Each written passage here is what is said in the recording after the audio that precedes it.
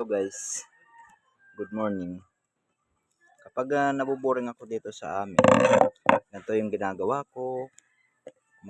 May kunang nakain dito, kalamansi. Ganito yung ginagawa ko dito guys. Gusto ko yung ganito, yung kaasim pala. Pero kahit maasim to, gustong gusto ko to. Gustong gusto ko tong pinapapak. Hindi ko alam kung bakit. Gusto ko yung ganito na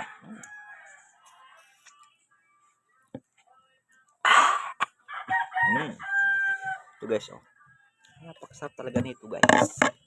Tingnan nyo naman. Kalamansi, bagong pitas to. Diyan sa tanim ni nanay. Pinabibintan niya to sa akin. Kinakain ko lang. Pinabibintan niya, nilagay niya dito sa tindahan to.